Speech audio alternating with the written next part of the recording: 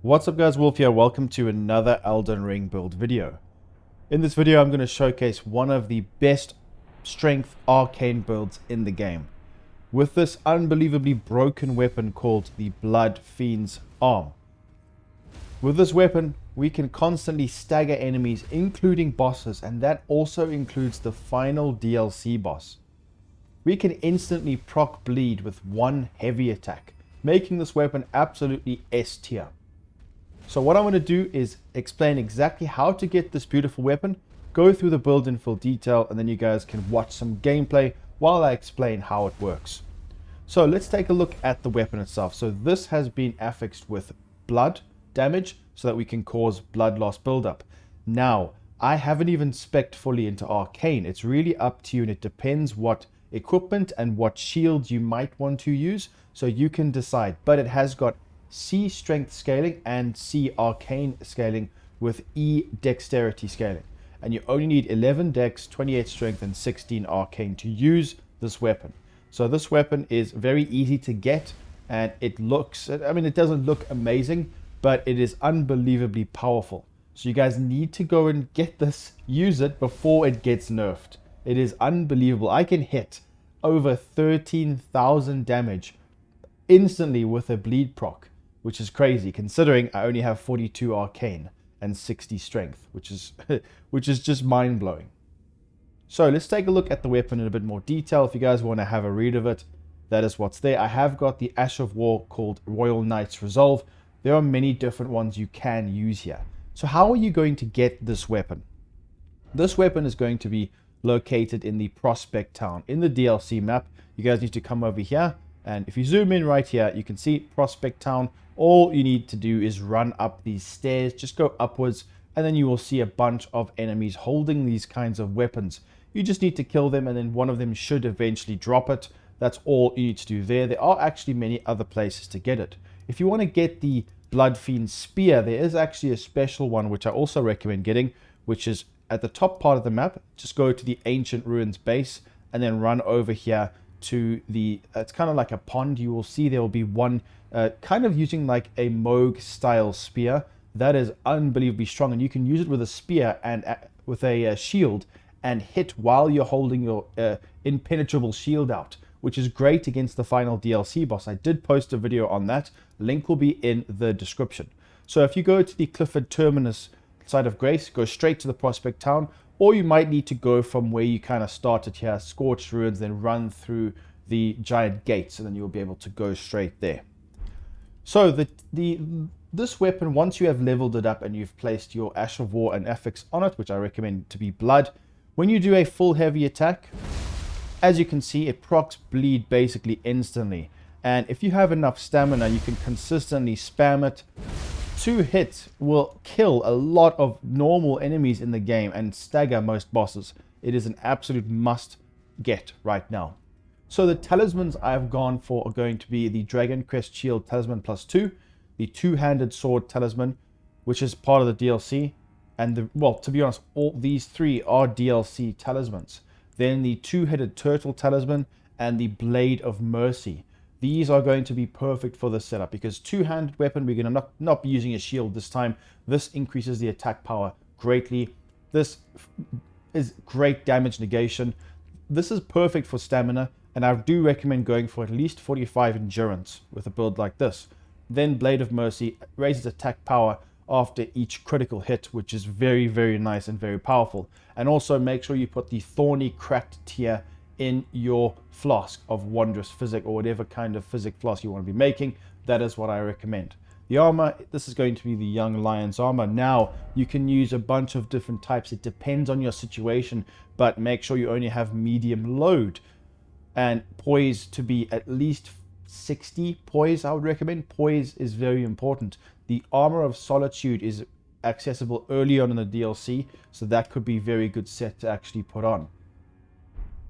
So that's how I would utilize this setup, is run up to enemies, try and dodge, and then make use of the heavy attack to proc the bleed instantly. Now, because of the scaling of the weapon, it could be beneficial to actually match strength with arcane, but I have been testing other sets, And I like to use sometimes, if I get into a sticky situation, I will actually put on the fingerprint shield, which takes 48 strength to actually hold. So that's why I recommend probably at least 50 strength, but it depends how you want to scale this. So, or what kind of weapons you want to use with it. Same with dexterity and something like faith, because with faith, I do recommend you making use of the finger seal and going for a flame grant me strength. And with this, you need at least 10 faith.